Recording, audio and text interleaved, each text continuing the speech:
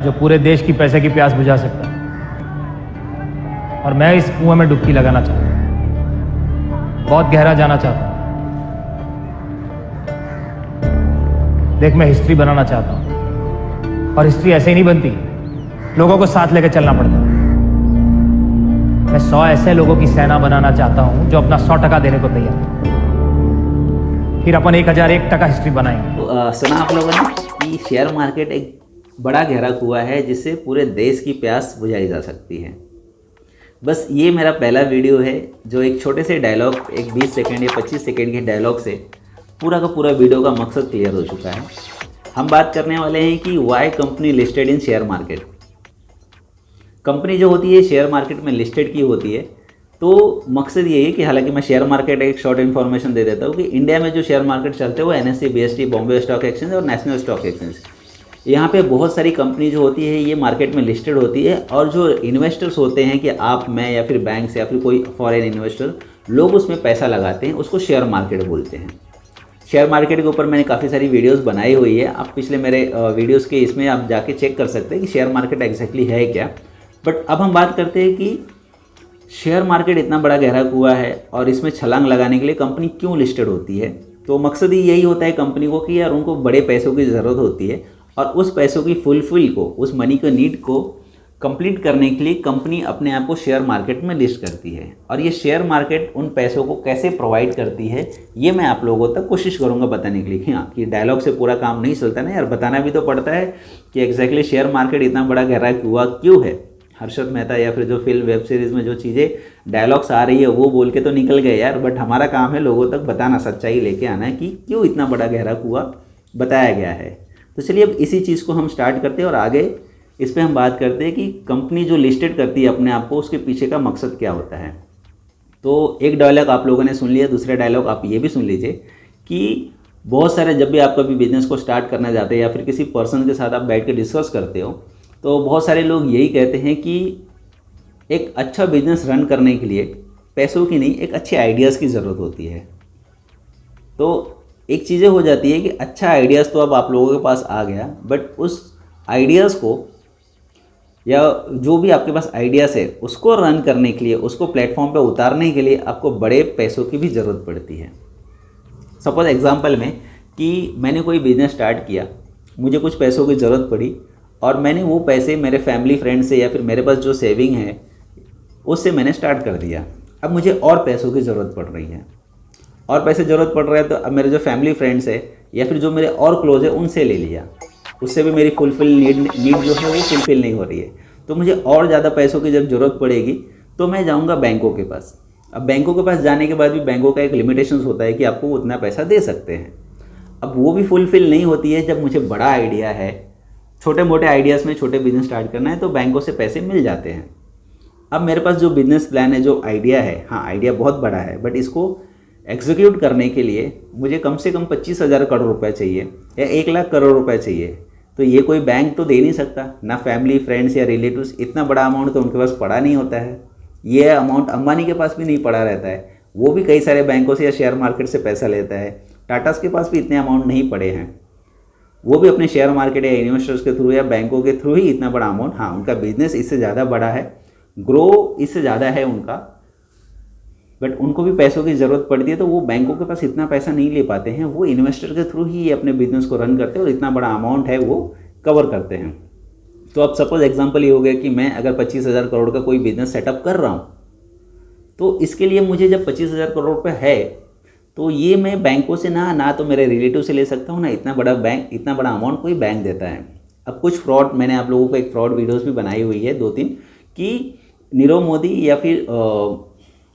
मोदी या विजय माल्या, ये 2-4 जो फ्रॉडर्स है, जैसे तो बहुत सारे फ्रॉडर्स हैं जो इंडिया छोड़ के भाग गए, बट इनके ऊपर जो फ्रॉड का जो ये चीज़ें लगी है, ये कुछ 10,000 करोड़ या 15,000 करोड़ ऐसे कुछ लोग ऐसे हैं, ये लेके भाग गए। अब इनकी जो हिस्ट्री या जो बायोग्राफी आप देखोगे, इसमें ये एक चीज़ समझ में आती है कि इन्होंने जितने भी बैंकों से पैसा लिया है वो एक बैंक नहीं है। इन्होंने 10,000 करोड़ रुपये का अगर फ्रॉड किया है तो इन्होंने कम से कम 8-10 बैंकों को चूना लगाया है, और इनके भी कुछ ऑलरेडी इन्वेस्टर्स या शेयर से भी कुछ पैसे हैं, और ये उन पैसों को चूना लगा के भाग गए हैं। तो यार एक 10,000 करोड़ रुपए लेने के लिए या फिर लोन के लिए फ्रॉड करने के लिए कम से कम 10 बैंकों की ज़रूरत पड़ती है। तो मुझे तो यार 25,000 करोड़ की ज़रूरत है और मुझे कोई प्लांट या फिर बड़ा इन्वेस्टमेंट करना है, इंडस्ट्री को सेटअप करना है, तो 25,000 जो मेरे पास पैसे आएंगे वो कहाँ से आएंगे? अब तो बैंकों के पास भी चेक होता है कि सपोज़ मैं बैंकों में भी अप्लाई करूँ तो मुझे एक बैंक, दो बैंक कुछ अमाउंट दे सकता है। हाँ, ऐसा नहीं कि नहीं देगा।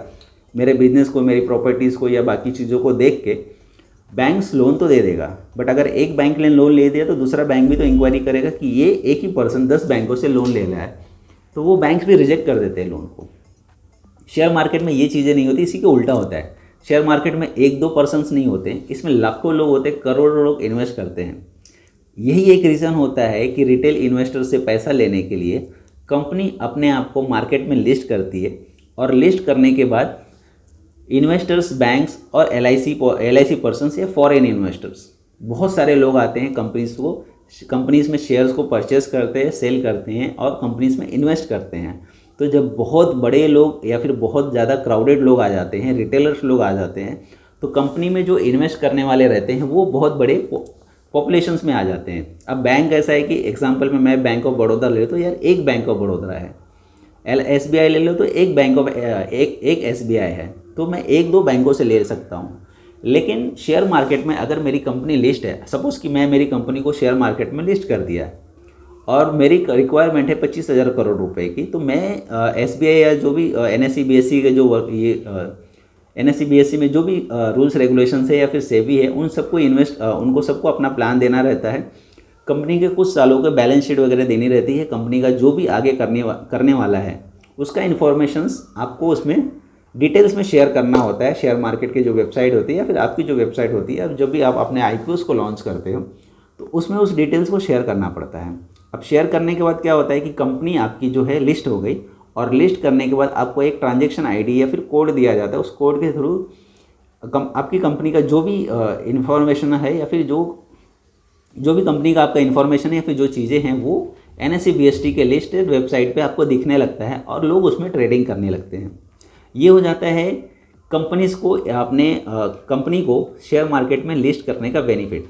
अब ये हो जाता है कि जब मेरी कंपनी शेयर मार्केट में लिस्टेड हो गई और मुझे 25,000 करोड़ रुपए की ज़रूरत है, तो मेरे कंपनी का परफॉर्मेंस देख के या फिर जो चीज़ें हो जाती है, इन्वेस्टर्स उसमें आते हैं, रिटेल इन्वेस्टर्स आते हैं, लाखों लोग उससे जुड़ते हैं और लाखों हज़ारों करोड़ों लोगों का मतलब गहरा कुआं कहने का मतलब यही होता है कि एक छोटे छोटे बूंद से समुंदर बनता है।